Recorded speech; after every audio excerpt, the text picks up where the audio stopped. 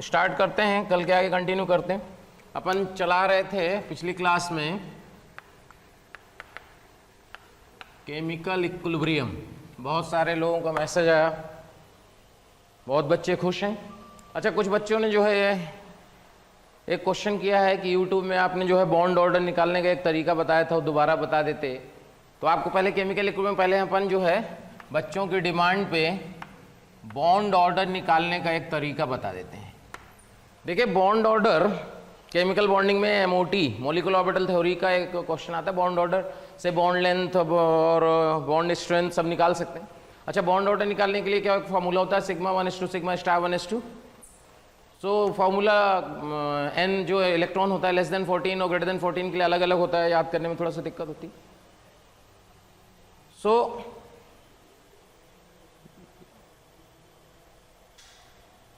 ये नहीं था यार, बंद करो इसको ना। तो बॉन्ड ऑर्डर इक्वल टू क्या होता है? 1/2 बहुत सिंपल सा तरीका। मतलब आप एमओटी जो है मॉलिक्यूलर ऑर्बिटल थ्योरी 2-3 क्लास में पढ़ते हो। 2-3 क्लास में पढ़ने के बाद अपने को क्या रिजल्ट आता है? बॉन्ड ऑर्डर निकालना। अपन इसमें क्या करते हैं 2 मिनट में, और 2 मिनट में क्या 30 सेकंड में बॉन्ड ऑर्डर निकालना सिखा देंगे आपको, ओनली 30 सेकंड। तो ये आप ऐसे रट लीजिए 1/2 2/2 ठीक है। ये जो 2 है आपको एक मैट्रिक्स टाइप दिया गया है। ये आपको एक प्रकार से इलेक्ट्रॉन की फिलिंग है। लाइक जैसे मान लीजिए N2 का बॉन्ड ऑर्डर निकालना है, तो N2 में टोटल इलेक्ट्रॉन काउंट कर लीजिए कितने होते हैं? 14। तो 14 को फिल कर दीजिए। कैसे 14 को फिल करेंगे? 2 फिल किए, फिर 2 फिल किए, फिर 2, फिर 2, कितना हो गया? 8। कितना बचा? 6। लास्ट में 0 पुट कर दीजिए। बॉन्ड ऑर्डर कैसे निकालना है? लास्ट का डिफरेंस बाई 2, लास्ट का डिफरेंस बाई 2 कर दीजिए। ये बंद कर दो। लास्ट का डिफरेंस बाई 2 यानी कि 6 - 0/2 = 3।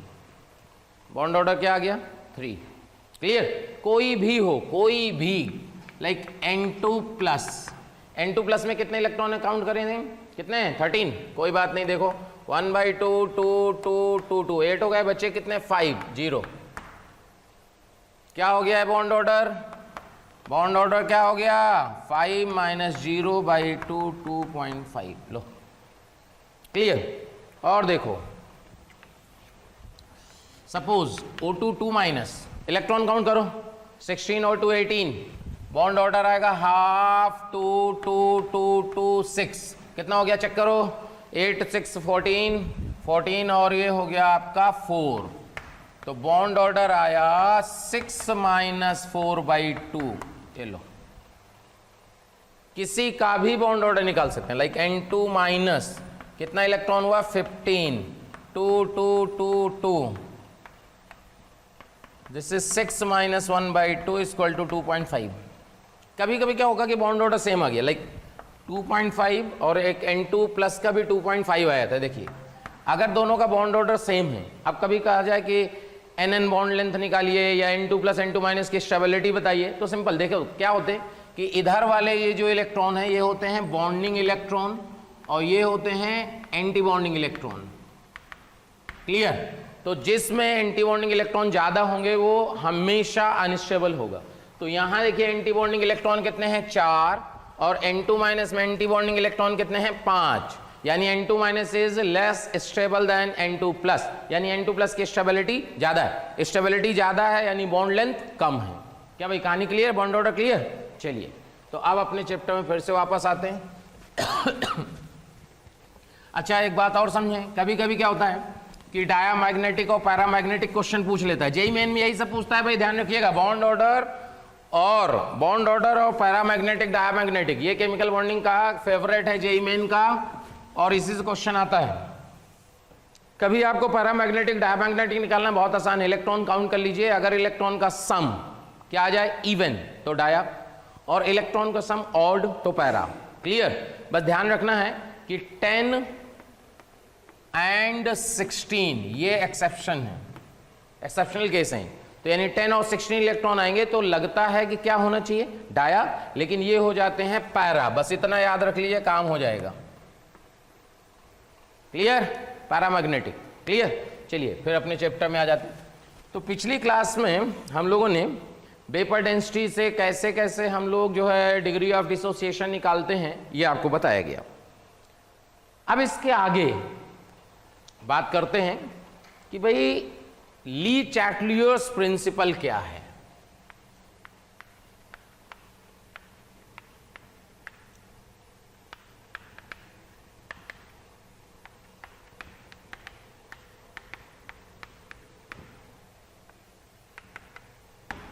ली चैटलियर्स प्रिंसिपल, ली चैटलियर्स प्रिंसिपल की अगर बात करें कि यार ये क्या है, सो बात जरा समझना बहुत इंपॉर्टेंट है। और आप ऐसा समझ लो कि मेंस और एडवांस दोनों में इससे क्वेश्चन आता है। बहुत आसान होता है। क्या होता है कि जैसे मान लीजिए कोई इक्विलिब्रियम, सपोज ए और बी में इक्विलिब्रियम है। अगर ये इक्विलिब्रियम है और इसको अगर अपन ने डिस्टर्ब किया, ध्यान से, अगर इसको अपन ने क्या किया, डिस्टर्ब किया, तो डिस्टर्ब करने से क्या होता है, उस रिएक्शन की टेंडेंसी हो जाती है कि दोबारा इक्विलिब्रियम में आए। अच्छा, दोबारा इक्विलिब्रियम में आएगा तो रिएक्शन को बैकवर्ड या फॉरवर्ड होना पड़ेगा। तो अपन क्या करते हैं, ली चैटलियर्स प्रिंसिपल ये कहता है कि if an equilibrium is disturbed by changing pressure, temperature, volume, concentration etc, then reaction proceeds in that direction where the applied change is nullified। मतलब जो आप चेंज करते हो उसको मिनिमाइज करने की कोशिश करता है। तो देखो ये बात समझ में आ रही है। अगर हम कहे कि इसका del H suppose greater than 0 है, डेल एच क्या है, ग्रेटर देन 0। अगर डेल एच ग्रेटर देन 0 है इसका मतलब क्या होगा कि हीट यहां एब्जॉर्ब होगी। ओके, तो एक बात और समझिएगा, जो इक्विलिब्रियम कांस्टेंट होता है, equilibrium constant only and only depends on the temperature. ना तो प्रेशर पर डिपेंड करता है, ना वो वॉल्यूम पे, ना कंसंट्रेशन पे। Equilibrium constant only and only depends on the temperature.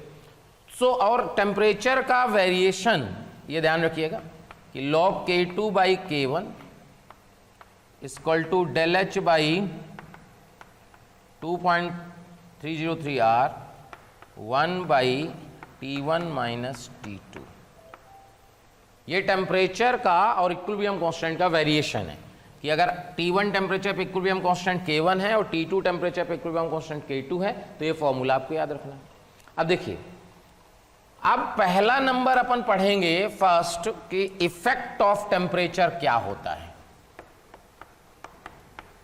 Effect of temperature,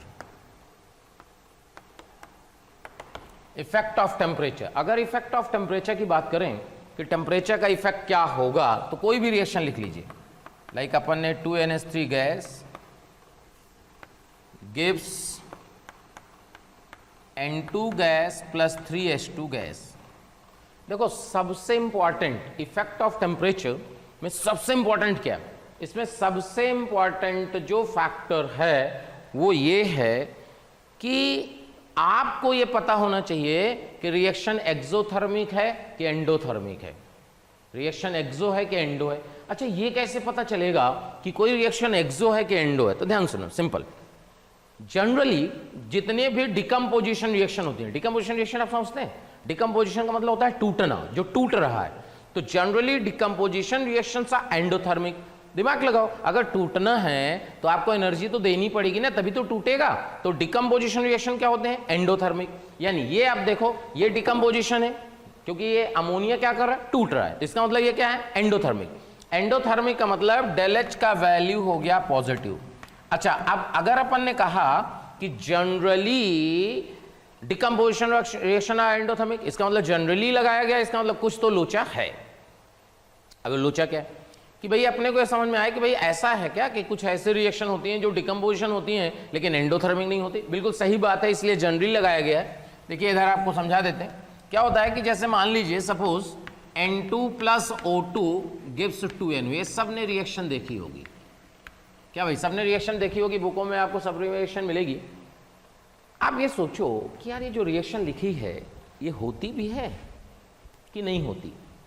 nature में अगर अपन बात करें कि नेचर में रिएक्शन होती है कि नहीं होती, तो ध्यान सुनिएगा। होता क्या है कि अगर हम एयर में बात करें तो एयर में कितना परसेंट N2 होता है, कितना परसेंट O2 होता है, सबको पता होगा, तो अब 8वीं क्लास से पढ़ाया जाता है। तो तो नेचर में लगभग अगर अप्रॉक्स करके बात करें तो 20% O2 होता है और 80% N2 होता है। अगर 20% O2 है और 80% N2 है तो लिमिटिंग कौन हो गया? लिमिटिंग कौन हो गया? O2। अगर सोचो, अगर लिमिटिंग O2 हो गया तो इसका मतलब ये हुआ कि अगर ये रिएक्शन नेचर में होती तो आज हम सब लोग लाइव क्लास नहीं पढ़ रहे होते, या पढ़ रहे होते अगर बाई चांस तो बगल में एक सिलेंडर होता ऑक्सीजन का, मुंह में मास्क लगा होता सिलेंडर वाला, क्योंकि बिना ऑक्सीजन के तो आप जिंदा रह नहीं सकते। इसका मतलब ये रिएक्शन नेचर में नहीं होती, ठीक है भाई, क्योंकि अपन तो आराम से बैठे हैं, इसका मतलब ये रिएक्शन नेचर में नहीं होती। अच्छा, अगर रिएक्शन नेचर में नहीं होती तो लिखी तो है, इसका मतलब कहीं तो होती होगी। इस रिएक्शन को कराने के लिए टेम्परेचर चाहिए मात्र 3000 केल्विन। कितना टेम्परेचर चाहिए? 3000 केल्विन। 3000 केल्विन।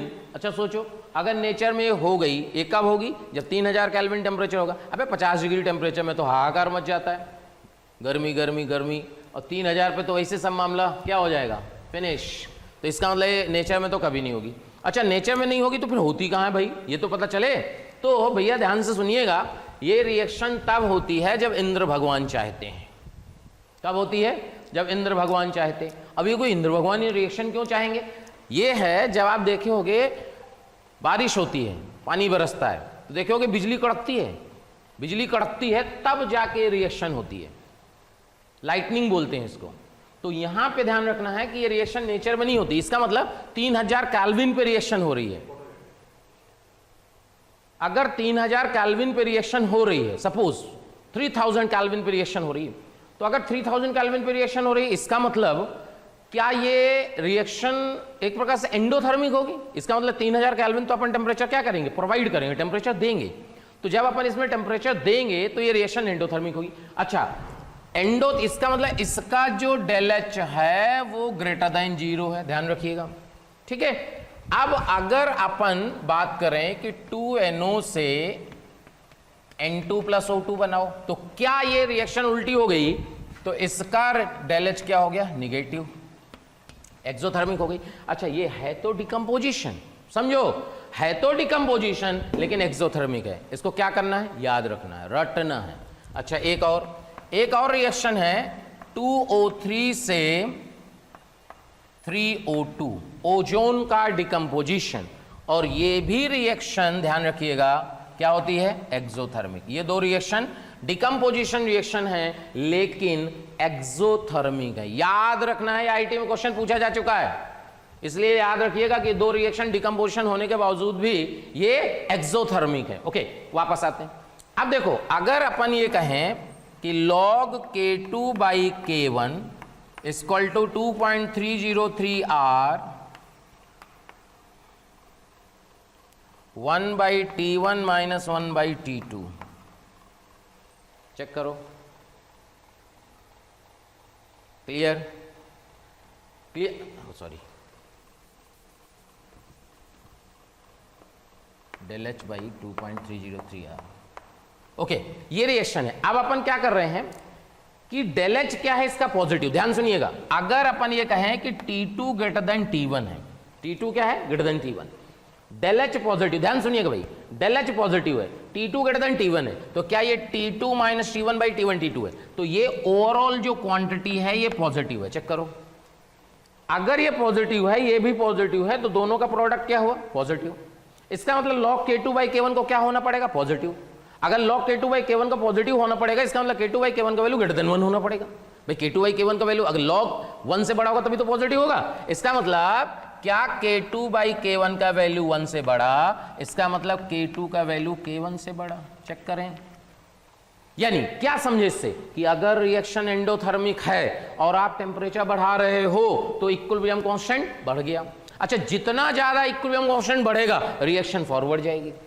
क्यों? क्योंकि इक्विलिब्रियम कांस्टेंट क्या होता है? Product bye reactant. अच्छा, इक्विलिब्रियम कांस्टेंट बढ़ा, इसका मतलब प्रोडक्ट का कंसंट्रेशन बढ़ेगा। प्रोडक्ट का कंसंट्रेशन कब बढ़ेगा? जब रिएक्शन फॉरवर्ड होगी। क्या भाई क्लियर हो गया? यानी in case of endothermic reaction, in case of endothermic reaction, on increasing the temperature reaction proceeds in forward direction and equilibrium constant will increase. क्या भाई कहानी क्लियर होगी? एंडोथर्मिक। अच्छा सोचो, अगर रिएक्शन एक्सो होती, अगर रिएक्शन क्या होती, एक्सोथर्मिक, अगर रिएक्शन एक्सोथर्मिक होती आराम से, तो log K2 by K1 equal to del H by 2.303 R 1 by T1 minus 1 by T2।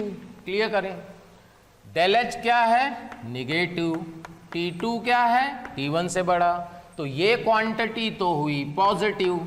Check करो भाई, ये निगेटिव, तो निगेटिव इंटू पॉजिटिव क्या हो गया, निगेटिव, यानी राइट साइड वाला टर्म क्या आ रहा है, निगेटिव, तो लेफ्ट वाला भी क्या होना चाहिए, निगेटिव। यानी क्या K2 बाई K1 का वैल्यू, इसका मतलब K2 का value less than K1। Check करें, अगर K2 का वैल्यू लेस देन K1 होना चाहिए, इसका मतलब ये बिल्कुल क्लियर हो गया कि जब आप टेम्परेचर बढ़ाइएगा तो रिएक्शन में इक्विलिब्रियम कांस्टेंट घट जाएगा, रिएक्शन का इक्विलिब्रियम कांस्टेंट घट जाएगा। इसका मतलब रिएक्शन कहां गई, बैकवर्ड। यानी in case of exothermic reaction on increasing the temperature, reaction proceeds in backward direction and equilibrium constant will decrease. क्या भाई कहानी क्लियर हो रही है, बहुत आसान सा है। अच्छा ये तो हो गया सेट मेथड कि भाई ऐसे ऐसे होता है। अब इसमें क्या है कि अपन इसमें एक जो है देख के भी बता सकते हैं, क्योंकि फॉर्मूला याद रहा ना रहा, तो उससे दूसरा तरीका है, इसको हम लोग बोलते हैं CKM। CKM का मतलब जानते हैं आप लोग क्या होता है, क्लिक करो मेथड। क्योंकि पहले क्या था, गोला भरो मेथड, अब तो आपको गोला भरना नहीं है, अब तो आपको कंप्यूटर बेस्ड एग्जाम है, तो क्लिक करो मेथड। क्लिक करो मेथड क्या है, एक लाइन में देखना, N2 plus 3H2 gives 2 ammonia. Suppose ये रिएक्शन है, टेम्परेचर का इफेक्ट अगर आपको खोजना है तो सबसे पहला काम पता है क्या होगा, सबसे पहला काम होगा कि एक्सो है कि एंडो है। अच्छा एक्सो है कि एंडो है, कि उसके बिना तो आप इसमें आंसर नहीं ला सकते। अच्छा दूसरी बात, एक्सो एंडो अगर आप बात कर रहे हो, दूसरी क्या करना है कि एक्सो एंडो से आप पता कर सकते हो कि हीट रिलीज होगी कि हीट ऐड होगी। तो आप ये देखो, सिंपल, कुछ मत किया करो, सिंपल ये देखो कि हीट कहां लिखना है, कहां हीट देनी पड़ेगी, बस ऐसे देख लो, वो ऐसे दिख जाएगा देखने से ही। बताओ हीट कहां दें, रिएक्टेंट साइड देनी पड़ेगी या प्रोडक्ट साइड, कैसे देखोगे, जहां टूट रहा है, जो टूट रहा है वो बिना हीट खाए टूटा नहीं होगा, गारंटी 100%।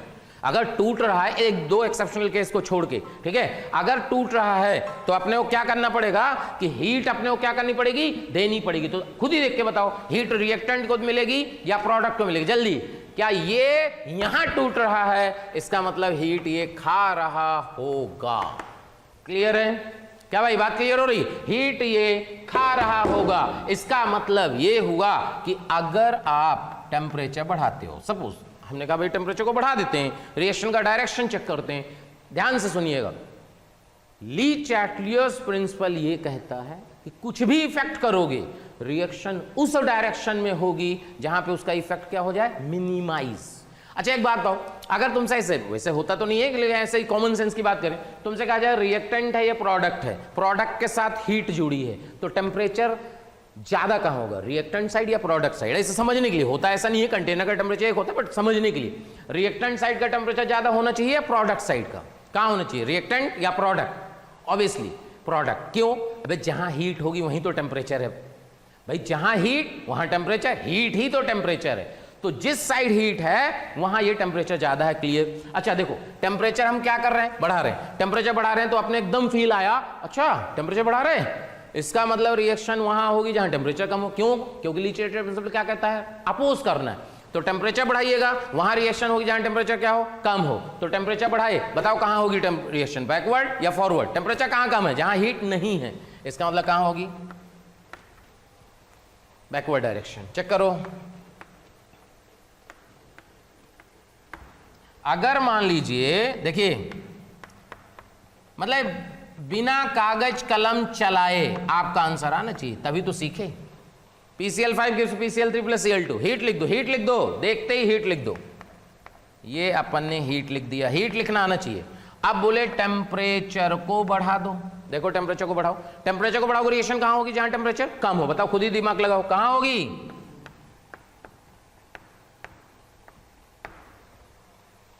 क्या भाई बात समझ में आई, तो ये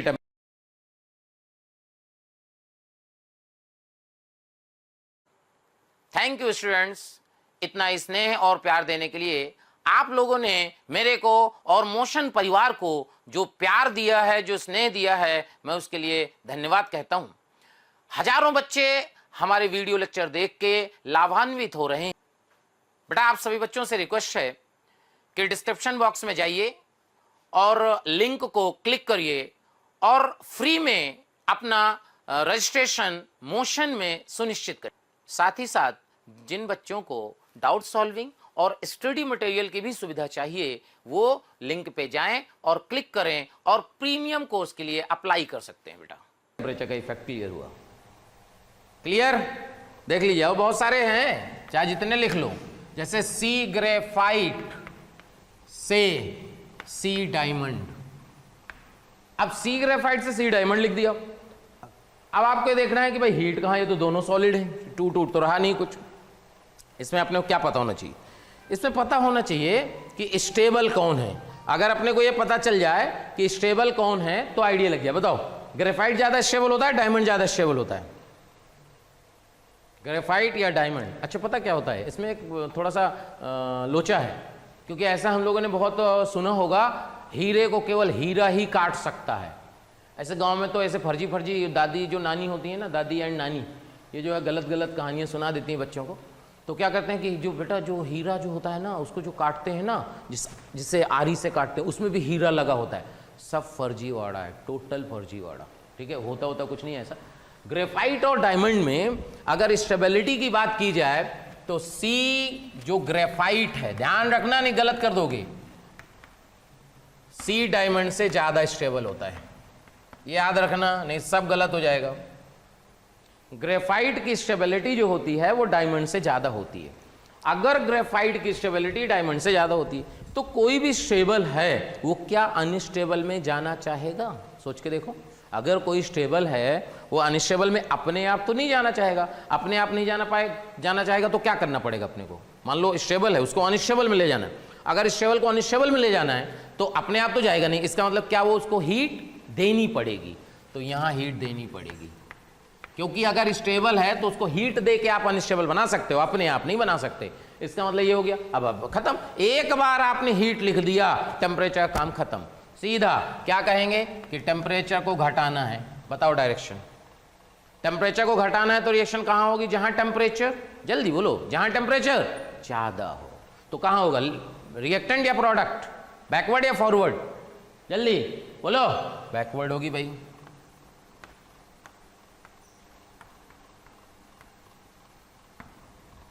क्या कहानी क्लियर हुई? अगर इसी तरह पी व्हाइट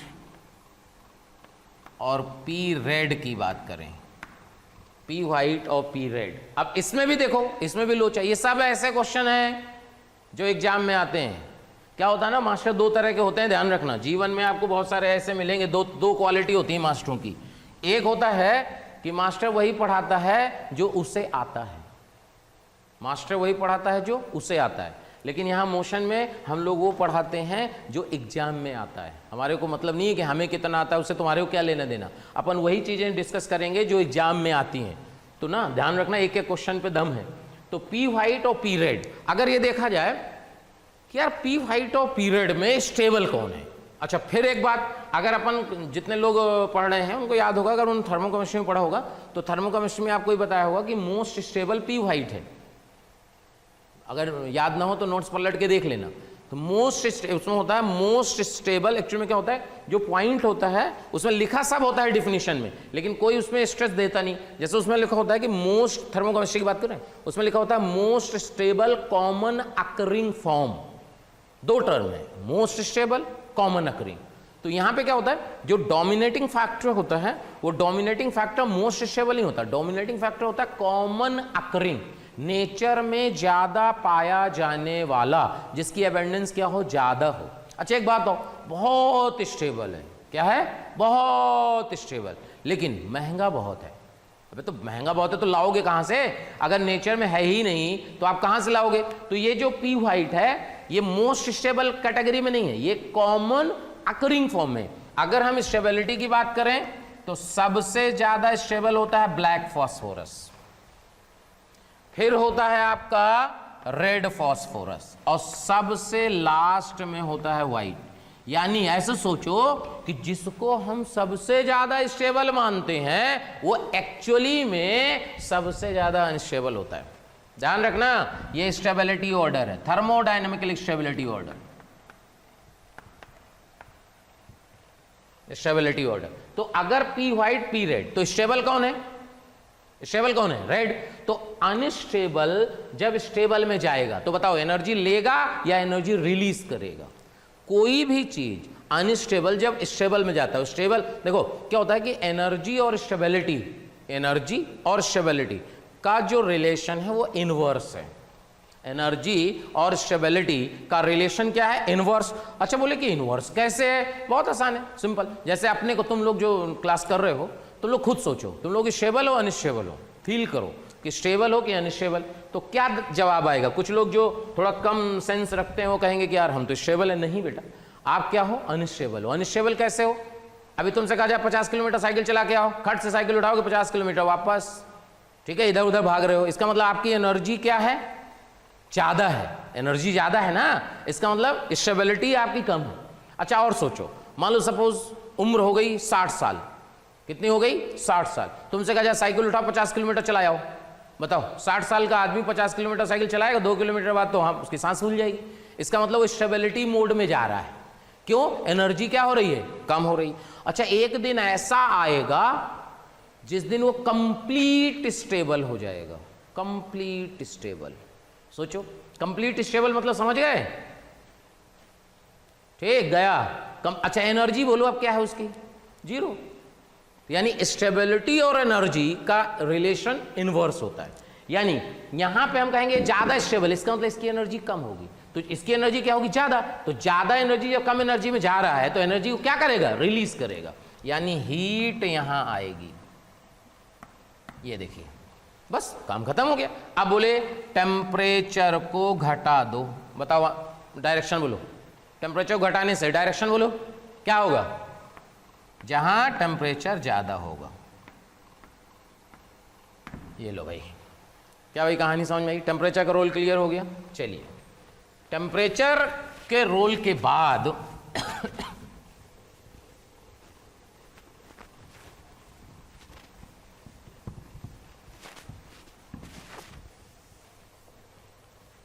सेकेंड नंबर आएगा effect of pressure. Effect of pressure, pressure का इफेक्ट क्या होता है? Suppose PCl5 gas gives PCl3 gas plus Cl2 gas, ये रिएक्शन है, इक्विलिब्रियम पे है। क्या है? इक्विलिब्रियम पे है। अगर इक्विलिब्रियम में है, इसका N1 मोल है, इसका N2 मोल है, इसका N3 मोल है, कंटेनर का वॉल्यूम V है, क्या इसका कंसंट्रेशन हो गया? अच्छा यहां से आप Kc निकालिएगा, Kc आएगा N2/V N3/V बाई N1/V, यानी ये आएगा N2N3/N1V। ये क्या है? Kc, equilibrium constant. अब अपन क्या करते हैं, सपोज कि अपन ने क्या किया? प्रेशर बढ़ा दिया। क्या किया? प्रेशर बढ़ा दिया। अच्छा अगर अपन ने प्रेशर इंक्रीज कर दिया, अगर अपन ने प्रेशर इंक्रीज कर दिया तो सोचो टेम्परेचर कांस्टेंट मानेंगे। ध्यान रखना, जब भी टेम्परेचर के अलावा वॉल्यूम का इफेक्ट, कंसंट्रेशन का इफेक्ट, प्रेशर का इफेक्ट होगा तो हम क्या मानेंगे? Temperature constant. अगर प्रेशर बढ़ा दिया तो अपने आप वॉल्यूम क्या हो गया? कम हो गया, अपने आप वॉल्यूम कम हो गया। चेक करो तो क्या होता है? एक होता है इक्विलिब्रियम कांस्टेंट, एक होता है reaction coefficient QC। Reaction coefficient QC, QC और Kc में डिफरेंस क्या है? देखो जैसे हम Kc लिखते हैं, QC भी एग्जैक्टली वैसे लिखते हैं। PCl3 Cl2 concentration, PCl5 concentration, ये QC है। अच्छा Kc भी ये लिखते हैं, Kc के लिखने का तरीका भी है। डिफरेंस क्या है? Kc को आप इक्विलिब्रियम पर ही लिख सकते हैं और QC आप एट एनी टाइम, कुछ भी हो, किसी भी टाइम आप QC लिख सकते हैं। अच्छा, हर QC चाहता है कि वो KC हो जाए। क्यों? क्योंकि हर रिएक्शन चाहती है, रिवर्सिबल रिएक्शन अगर है तो रिवर्सिबल रिएक्शन क्या चाहती है कि वो इक्विलिब्रियम में आ जाए। तो हर QC चाहता है कि वो KC हो जाए। तो आपको अगर कभी डायरेक्शन चेक करना हो कि बैकवर्ड होगी कि फॉरवर्ड होगी, तो QC निकाल लो और देख लो कि भाई KC से रिलेशन क्या है। If QC less than KC, suppose if QC less than KC, यानी QC कम है, तो बताओ QC अपने आप को बढ़ाएगा या घटाएगा? दिमाग लगाओ, QC कम है ना भाई, तो QC क्या चाहेगा कि बढ़ जाए। अच्छा, बढ़ेगा कब? जब ये बढ़ेगा और ये घटेगा। अच्छा, ये बढ़ेगा कब? जब ये रिएक्शन फॉरवर्ड जाएगी, यानी QC less than KC, then reaction क्या होगी? फॉरवर्ड।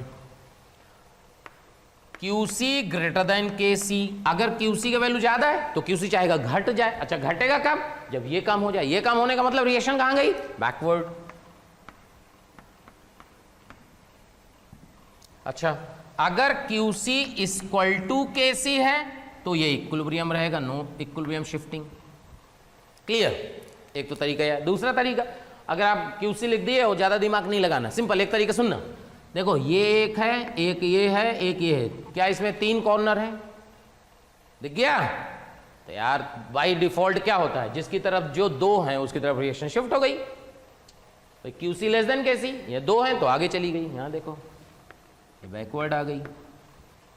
बस कंडीशन है QC पहले लिखना, ऐसा नहीं KC लेस देन QC लिख दिया, सब गलत हो गया।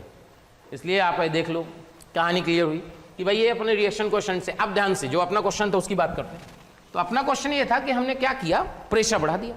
अच्छा, रिएक्शन जब आपने प्रेशर बढ़ाया तो मोल्स तो चेंज नहीं हुआ, लेकिन वॉल्यूम कम हो गया। तो जो QC आप निकालोगे, QC वो कैसे लिखोगे? देखो, N2 N3/N1, इसका तो कुछ नहीं हुआ, वॉल्यूम कम हो गया तो V माइनस डेल्टा V हो गया वॉल्यूम।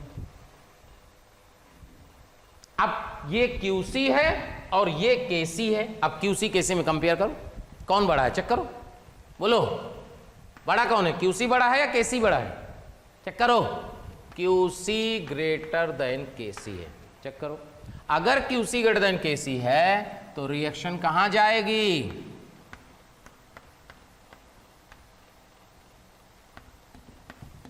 ये देखो, बैकवर्ड। चेक कर लो, हो गया? अभी और करते हैं, अभी तो बहुत बाकी है।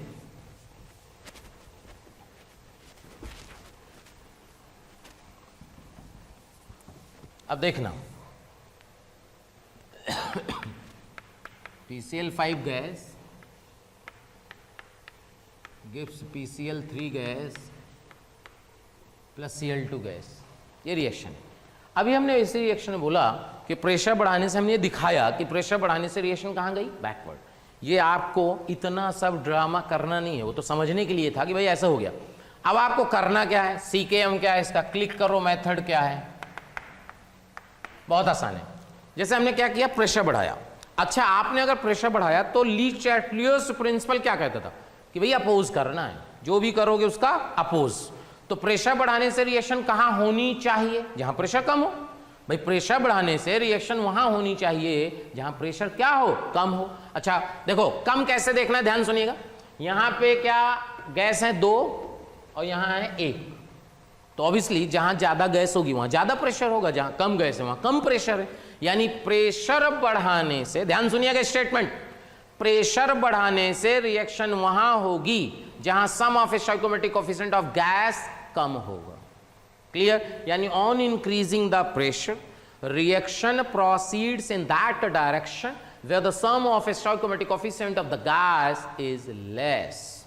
यानी गैस, केवल गैस, सॉलिड लिक्विड होगा उससे कोई लेना देना नहीं है। गैस का देख लो, स्टोइकोमेट्रिक कोएफिशिएंट का सम यहां 2 है, यहां 1 है। प्रेशर बढ़ा रहे हो, रिएक्शन कहां गई? बैकवर्ड। प्रेशर घटा देते, उल्टा।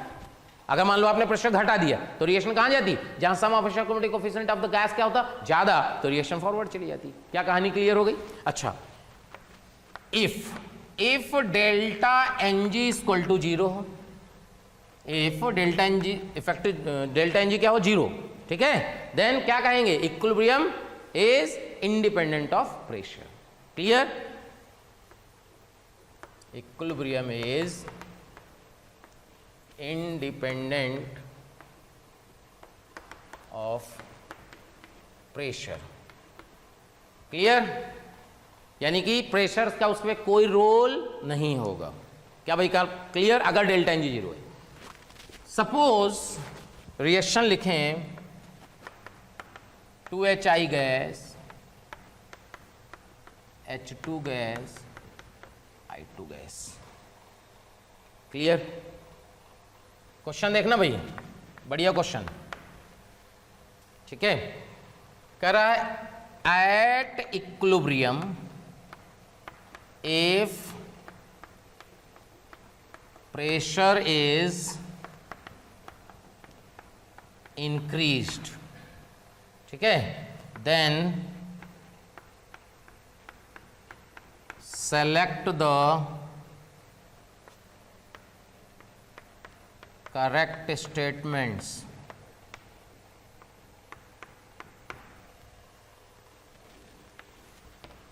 A part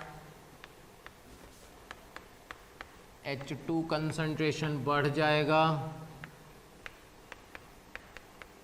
HI कंसंट्रेशन घट जाएगा,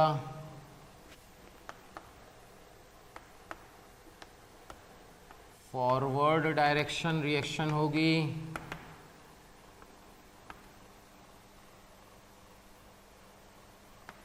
I2 कंसंट्रेशन बढ़ जाएगा। चेक करते हैं ध्यान से। ये एक काम करते हैं, थोड़ा सेफ साइड गेम के लिए इसमें नन डाल देते हैं, जिससे लगे कि हाँ यार आंसर जो है यही होगा। देखिए ये रिएक्शन है, डेल्टा एनजी क्या है इसका? जीरो। आपको बताया गया कि अगर रिएक्शन का डेल्टा एनजी जीरो है तो रिएक्शन में प्रेशर का कोई इफेक्ट नहीं होगा। यानी जब रिएक्शन में आप प्रेशर बढ़ाओगे, रिएक्शन कंडीशन में प्रेशर बढ़ाओगे तो रिएक्शन का कोई फर्क नहीं पड़ेगा। तो बताओ आंसर क्या होगा? भाई जब रिएक्शन ही नहीं हुई, ऐसा लग रहा, ध्यान रखना फिर इंपॉर्टेंट क्वेश्चन है और आएगा तो मैक्सिमम जनता क्या टिक करेगी?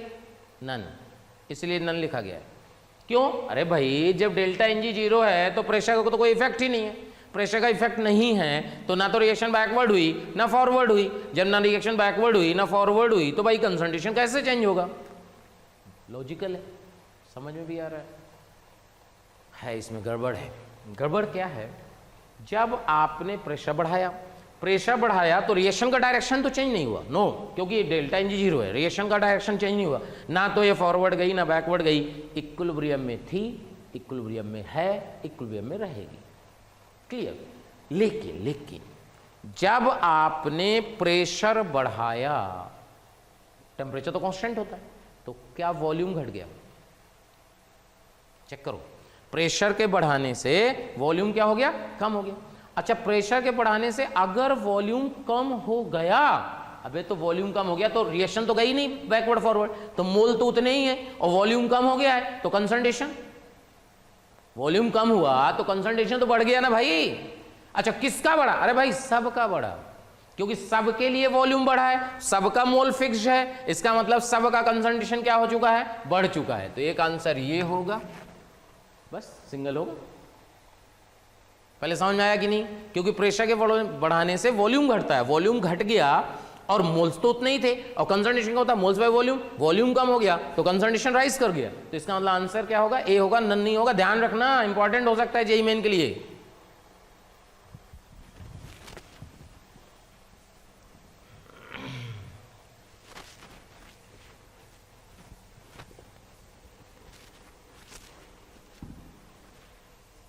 अगला question, suppose PCl5 gas gives PCl3 gas plus Cl2 gas. ये रिएक्शन है। At equilibrium pressure is decreased, then select the correct statements, A part. PCl5 concentration घटेगा, PCl3 कंसंट्रेशन बढ़ेगा,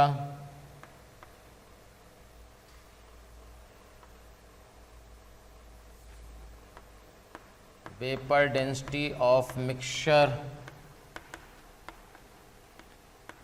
बढ़ेगी, एंड डी पार्ट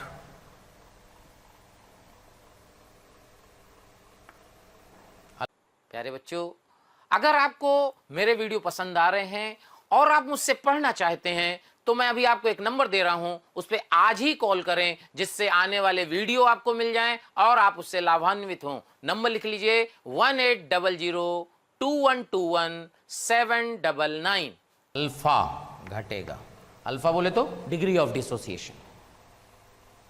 ये अपने 4 ऑप्शन है। ध्यान रखना, हर एक क्वेश्चन इंपॉर्टेंट है, इसलिए हर एक क्वेश्चन पे फोकस रखना है आपको। PCl5 gives PCl3Cl2, कह रहा eight equilibrium pressure is decreased. Equilibrium था, उस पे अपन ने प्रेशर को घटा दिया। अब सबसे पहली बात तो ये है कि डेल्टा Ng तो जीरो यहां है नहीं। अगर डेल्टा Ng जीरो नहीं है तो आप समझो कि अगर डेल्टा Ng जीरो नहीं है, इसका मतलब रिएक्शन का डायरेक्शन तो शिफ्ट होगा, फॉरवर्ड या बैकवर्ड, एक डायरेक्शन तो आएगी। अच्छा, कौन सी डायरेक्शन आएगी? प्रेशर हमने घटाया है, तो प्रेशर घटाया तो क्या बताया था, ली चैटर्जी प्रिंसिपल क्या कहेगा कि प्रेशर घटाने से रिएक्शन वहां होगी जहां प्रेशर ज्यादा हो। अच्छा, प्रेशर ज्यादा कहां होगा? जहां पर, याद करो, जहां पर स्टोइकोमेट्रिक कोएफिशिएंट गैस का ज्यादा होगा। यानी प्रेशर घटाया तो डायरेक्शन बताओ, पहले बताओ, जल्दी बताओ, डायरेक्शन क्या होगा? फॉरवर्ड। डायरेक्शन क्या होगा? फॉरवर्ड। तो यहां से समझे कि अगर हम ये कहें कि डायरेक्शन क्या होगा? Forward direction, reaction will shift in forward direction, forward direction. अगर फॉरवर्ड डायरेक्शन की बात करेगी कि भाई फॉरवर्ड डायरेक्शन तो होगी। अब ऐसा जनरली, ध्यान सुनना, अपन जो बात आ रहे हैं ध्यान से, नहीं तो सब गलत हो जाएगा। जो आपने पढ़ा है वो भी हो सकता है कि गड़बड़ हो, क्योंकि फॉरवर्ड डायरेक्शन क्या इंप्लाई करेगा भाई? क्या इंप्लाई करेगा भाई? फॉरवर्ड डायरेक्शन जा रहा है, इसका मतलब PCl3 और Cl2 तो बढ़ जाएगा और PCl5 घट जाएगा। क्या फॉरवर्ड का मतलब यही होता है? देख लो, बुकों में भी यही लिखा है, बी केयरफुल। PCl5 घटेगा, PCl3 और Cl2 बढ़ेगा, क्योंकि रिएक्शन का डायरेक्शन क्या हो रहा है? फॉरवर्ड। ठीक है, तो आंसर ए, बी, इन पे अभी बात करते हैं। अच्छा, अल्फा पे बात करें, रिएक्शन का डायरेक्शन क्या हो रहा है? फॉरवर्ड। फॉरवर्ड जा रहा है, इसका मतलब ज्यादा डिकम्पोजिशन हो रहा है, तो अल्फा क्या होगा? घटेगा या बढ़ेगा? बढ़ेगा। अल्फा तो बढ़ेगा, तो ये तो पक्का, ये तो बेकार है, क्योंकि फॉरवर्ड जा रहा है तो अल्फा बढ़ेगा। अब इनमें सही है या गलत है ये समझते हैं। देखो, एक बात समझो, जनरली लोगों को इस इक्विलिब्रियम में क्या लगता है कि कभी भी रिएक्शन का डायरेक्शन पता चल जाता है तो आंसर आ जाता है। रिएक्शन का डायरेक्शन क्या पता चल गया? फॉरवर्ड। फॉरवर्ड का मतलब होता है रिएक्टेंट घटेगा और प्रोडक्ट बढ़ेगा। ऑब्वियस है, लगना भी चाहिए। लेकिन ऐसे सोचो, थोड़ा सा दिमाग लगाते हैं कि यार ये तो सही तो है, इसमें गलत क्या है? हमने तो यही पढ़ा था। बिल्कुल, तुमने तो वही पढ़ा था, बट थोड़ा सा देख लेते हैं, थोड़ा समझ लेते हैं, तब आपको समझ में आएगा कि यार ये तो बड़ा ब्लंडर है, तो गड़बड़ है। पहले बताओ, अगर आपने PCl प्रेशर बढ़ाया, घटाया, केसी चेंज होगा क्या? नहीं, क्योंकि आपको बताया गया केसी केवल और केवल, कई बार केवल टेम्परेचर पर चेंज होता है, प्रेशर पे, वॉल्यूम पे उसका कोई लेना देना नहीं है। ठीक है, अब हमने बोला कि रिएक्शन का डायरेक्शन हुआ फॉरवर्ड। अगर रिएक्शन फॉरवर्ड गई तो क्या PCl5 घटा, PCl3Cl2 बढ़ा? केसी वही रखना है, केसी वही रखना है। PCl3Cl2 आपने क्या कर दिया? बढ़ा दिया, और PCl5 घटा दिया। अब सोच के देखो, अगर PCl3Cl2 आपने बढ़ा दिया, PCl5 घटा दिया, तो क्या ये रेशियो कभी केसी के बराबर आएगा? चेक कर लो, तुम्हारे सामने है भाई। केसी तो चेंज नहीं होना चाहिए ना, लेकिन अगर PCl3 और Cl2 बढ़ गया और PCl5 घट गया, तो उन दोनों का रेशियो क्या कभी केसी के बराबर आएगा? इम्पॉसिबल है, इम्पॉसिबल, हो ही नहीं सकता। उसका मतलब ये क्या है यार? ये तो जो पढ़े थे तो क्या सब गड़बड़ है, ये कैसे हो गया? हम लोग तो यही पढ़े थे कि रिएक्शन का डायरेक्शन फॉरवर्ड, तो फॉरवर्ड का मतलब हो गया कि प्रोडक्ट बढ़ेगा और रिएक्टेंट घटेगा। जो पढ़े थे थोड़ा सा सही है। थोड़ा सही क्या है कि अगर अपन बात करें मोल्स के रेस्पेक्ट में तो बिल्कुल सही है। मोल्स ऑफ द रिएक्शन यानी moles of the reactant and product, ध्यान सुनिएगा एक statement, moles of the reactant and product will be decided on the basis of the direction of the reaction. यानी अगर रिएक्शन फॉरवर्ड जा रही है तो रिएक्टेंट का मोल घटेगा, प्रोडक्ट का मोल बढ़ेगा। रिएक्शन बैकवर्ड आ रही है तो रिएक्टेंट का मोल बढ़ेगा, प्रोडक्ट का मोल घटेगा। किस पे? मोल्स पे, नॉट इन कंसंट्रेशन। अच्छा हुआ कि कंसंट्रेशन में क्यों दिक्कत आई? दिक्कत क्यों आई समझो।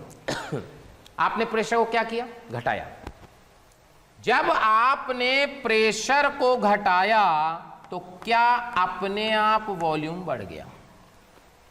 चेक करो, अगर आपने प्रेशर को घटाया तो अपने आप वॉल्यूम बढ़ गया। अच्छा, वॉल्यूम जब बढ़ा तो सबका कंसंट्रेशन जल्दी बताओ क्या हुआ? घट गया। जब वॉल्यूम बढ़ा तो सबका कंसंट्रेशन क्या हो गया? घट गया। अच्छा, सबका कंसंट्रेशन घट गया, वॉल्यूम बढ़ने से कंसंट्रेशन घटेगा। होता क्या है एग्जैक्टली? जब हम प्रेशर क्या करते हैं? घटाना है, तो प्रेशर घटाएंगे तो कैसे घटाएंगे? प्रेशर घटा दिए, सडनली जब प्रेशर घटाते हैं तो सडनली क्या होता है? देन सुनना, जैसे अपने कहा कि भाई प्रेशर को घटाना है, तो प्रेशर को घटाना है तो पिस्टन को क्या करना पड़ेगा? ऊपर खींचना पड़ेगा। जब पिस्टन को आप ऊपर खींचोगे तो प्रेशर घट गया, प्रेशर घट गया तो वॉल्यूम बढ़ गया, वॉल्यूम बढ़ गया तो कंसंट्रेशन सबका घट गया। अब रिएक्शन का डायरेक्शन स्टार्ट होता है फॉरवर्ड बैकवर्ड।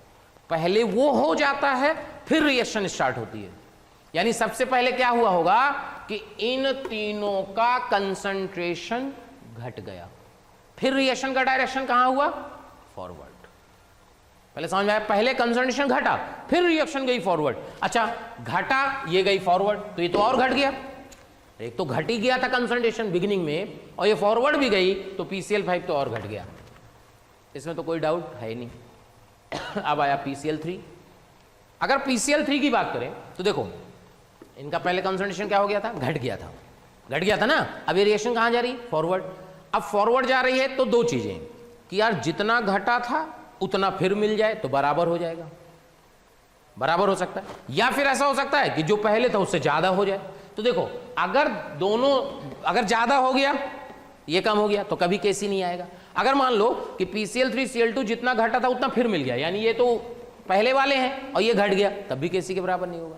इसका मतलब एक ही केस बच रहा है, क्या? कि इन दोनों का भी घटे और इसका भी घटे, तभी केसी के बराबर आ सकता है। यानी इसको क्या बोलते हैं? एक होता है 100% कंपनसेशन, एक होता है पार्शियल कंपनसेशन।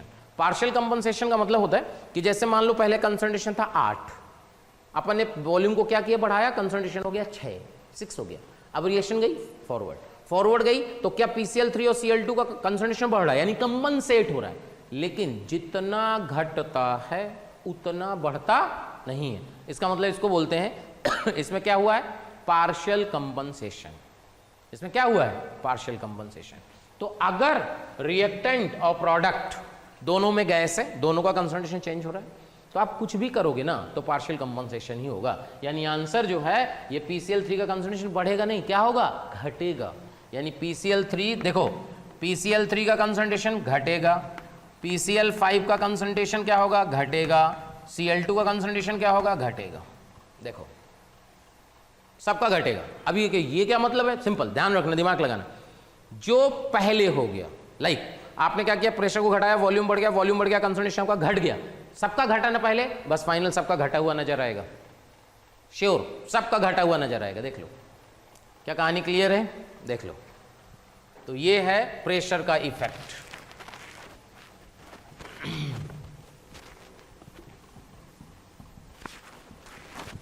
अच्छा, इसको अगर अपन ग्राफ से बात करें, इसका ग्राफ आपको समझा दें, क्योंकि कभी कभी ग्राफ से पूछ लेता है। तो PCl5 gives PCl3 gas plus Cl2 gas. इसमें जो है कंसंट्रेशन वर्सेस टाइम का आपको ग्राफ दिया है, कंसंट्रेशन वर्सेस टाइम का ग्राफ दिया है। तो यहां पे क्या हो रहा है, बात जरा समझो। मान लीजिए T = 0 पर ये A है, ये B है और ये 0 है, t इक्वल टू 0 पर।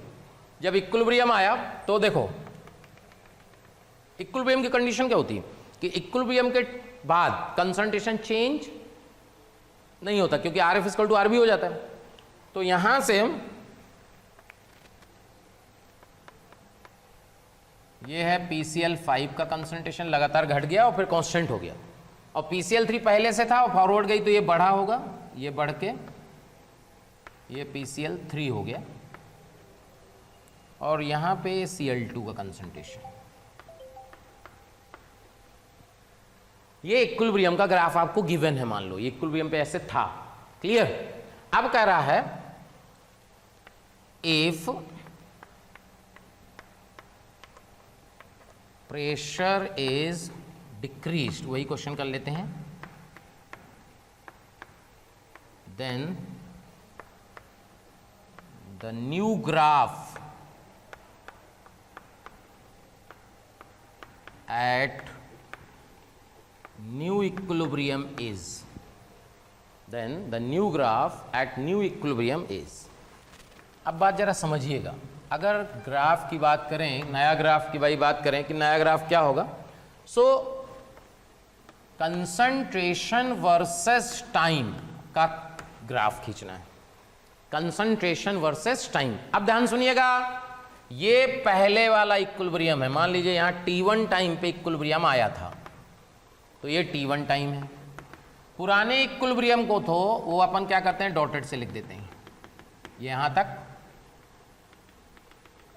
यहां तक, यहां तक,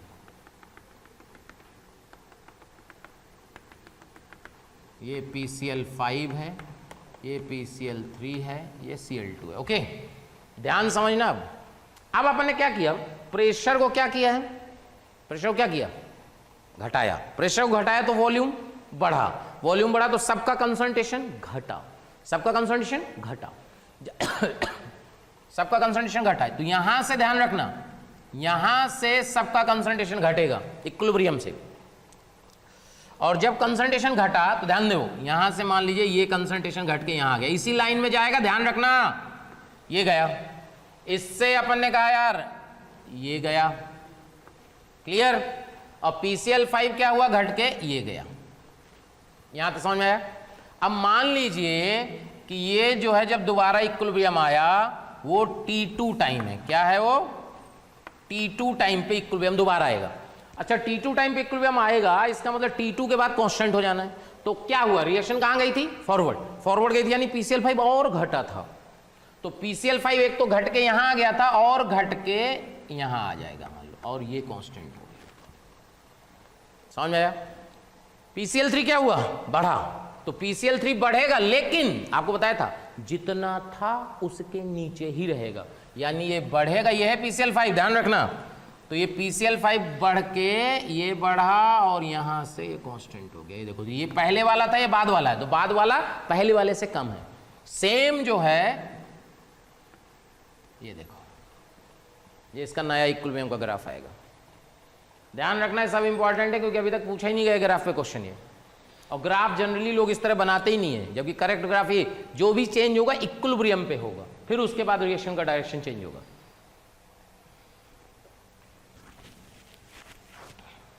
क्या भाई कहानी क्लियर हो रही है?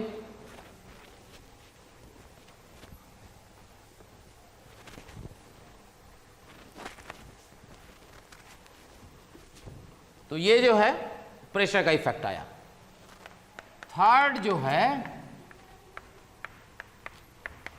Effect of volume, effect of volume, इसको पढ़ना नहीं है, क्यों? क्योंकि if T equal to constant हो जाए तो P inversely proportional to V होगा, यानी जो वॉल्यूम का इफेक्ट है उसे प्रेशर से रिलेट कर दो, वॉल्यूम घटा प्रेशर बढ़ा, प्रेशर का इफेक्ट अपने को पता है, निकल आएगा। फोर्थ जो आएगा वो है effect of concentration, effect of concentration. Suppose N2 gas 3s2 gas gives 2 ammonia gas, ये रिएक्शन है, इक्विलिब्रियम पे है, सिंपल एक लाइन का है, एक लाइन बोला इक्विलिब्रियम पे है। अगर इक्विलिब्रियम पे पूरा सिस्टम है और इसमें आपने N2 निकाल लिया, अपन इसमें क्या किया, N2 निकाल लिया, जैसे ही आप इससे N2 निकालोगे, क्या N2 इक्विलिब्रियम वाले से कम हो गया तो चाहेगा मेरा इक्विलिब्रियम आए, तो उसके लिए डायरेक्शन कहाँ जाएगी, बैकवर्ड। अगर अमोनिया ऐड कर दिए तो इक्विलिब्रियम में बढ़ा दिए तो चाहेगा कम, फिर बैकवर्ड आ गया। यानी if the concentration of reactant decreases or the concentration of product increases, then reaction proceeds in backward direction and vice versa। उल्टा सोच लो, मतलब आप जो आप कम करोगे तो चाहेगा मेरा पुराना वाला मिल जाए, पुराना वाला मिल जाए, उसके लिए देख लो डायरेक्शन क्या होनी है, आ जाएगा आंसर। क्या भाई कहानी क्लियर हो रही है? तो इफेक्ट ऑफ कंसंट्रेशन में कुछ नहीं है। इसके बाद आता है effect of addition of inert gas, effect of addition of inert gas। inert gas add करने से क्या होगा, इसमें दो पार्ट है, एट कांस्टेंट वॉल्यूम ऐड करना और एक कांस्टेंट प्रेशर पे ऐड करना। एट कांस्टेंट वॉल्यूम अगर ऐड करें, कांस्टेंट वॉल्यूम में suppose PCl5 gas gives PCl3 gas plus Cl2 gas, ये रिएक्शन है। मान लीजिए इक्विलिब्रियम पे N1 N2 N3 volume V, तो ये कंसंट्रेशन हो जाएगा। तो यहाँ से जो Kc का वैल्यू आएगा वो आएगा N2N3/N1V, ये Kc का वैल्यू आया। अब आपने क्या किया कि इनर्ट गैस मिलाया कांस्टेंट वॉल्यूम पे, वॉल्यूम तो चेंज हुआ ही नहीं। तो अगर हम ये कहें कि if N4 moles of inert gas are added, then देखो अगर N4 moles of inert gas आपने ऐड किया तो आपने क्या देखना है, कभी भी आपको लगे ना कि इक्विलिब्रियम डिस्टर्ब हो रहा है तो QC निकाल लो। QC अगर KC से अलग आया तो डिस्टर्ब हुआ, और अगर QC KC के बराबर है तो डिस्टर्ब नहीं हुआ। तो देखो जब इनर्ट गैस मिला है तो QC निकाले। QC इनर्ट गैस का मतलब रिएक्शन तो हो नहीं रही, तो इनमें तो कोई फर्क आएगा ही नहीं। तो N2N3/N1 ये तो वही रहेगा, और वॉल्यूम कांस्टेंट था, ये भी वही रहा। देखो तो क्या इस केस में Kc का वैल्यू QC के बराबर आ गया? अगर Kc का वैल्यू QC के बराबर आ गया इसका मतलब इक्विलिब्रियम डिस्टर्ब नहीं हुआ। यानी equilibrium is independent of inert gas when it is added at constant volume. Check करो, क्या भाई समझ में आ रहा है? Equilibrium is independent of inert gas when it is added at a constant volume. Constant volume पे मिलाने से इक्विलिब्रियम में कोई इफेक्ट नहीं आएगा, नोट कर लो।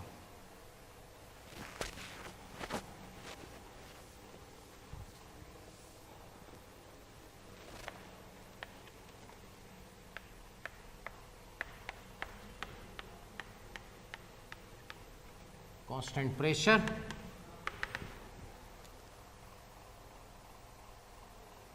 कांस्टेंट प्रेशर की बात करें कि यार कांस्टेंट प्रेशर क्या होगा, तो कांस्टेंट प्रेशर में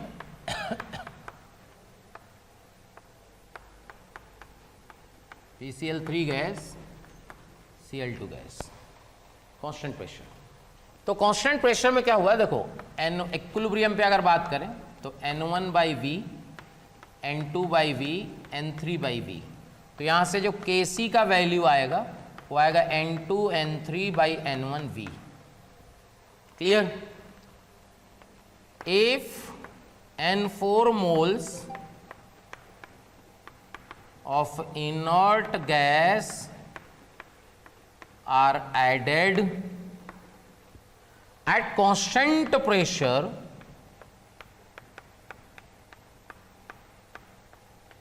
सोचो कांस्टेंट प्रेशर, अगर कांस्टेंट प्रेशर पे आपने इनर्ट गैस ऐड की तो देखो टेम्परेचर तो कांस्टेंट था ही, टेम्परेचर तो कांस्टेंट था। सो अगर अपन ये कहें कि T का वैल्यू कांस्टेंट है, P का वैल्यू भी कांस्टेंट है, तो क्या V प्रोपोर्शनल टू N हो गया? PV इक्वल टू एनआरटी में V प्रोपोर्शनल टू N। अच्छा, इनर्ट गैस तो आप मिला रहे हो, यानी N तो बढ़ा रहे हो, तो V भी बढ़ेगा। चेक करो, इसका मतलब ये हुआ कि अगर हमें लगा कि इक्विलिब्रियम डिस्टर्ब हो गया तो हम क्या बताए थे, क्या निकालेंगे? QC। QC निकालेंगे तो देखो क्या आएगा,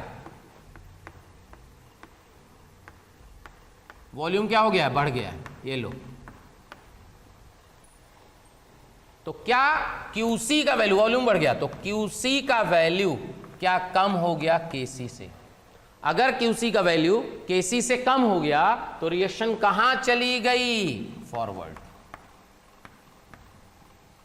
ये देखो, यानी अगर कांस्टेंट प्रेशर पे इनर्ट गैस मिलाओगे तो रिएक्शन कहां जाएगी? जहां sum of stoichiometric coefficient of gas ज्यादा होगा।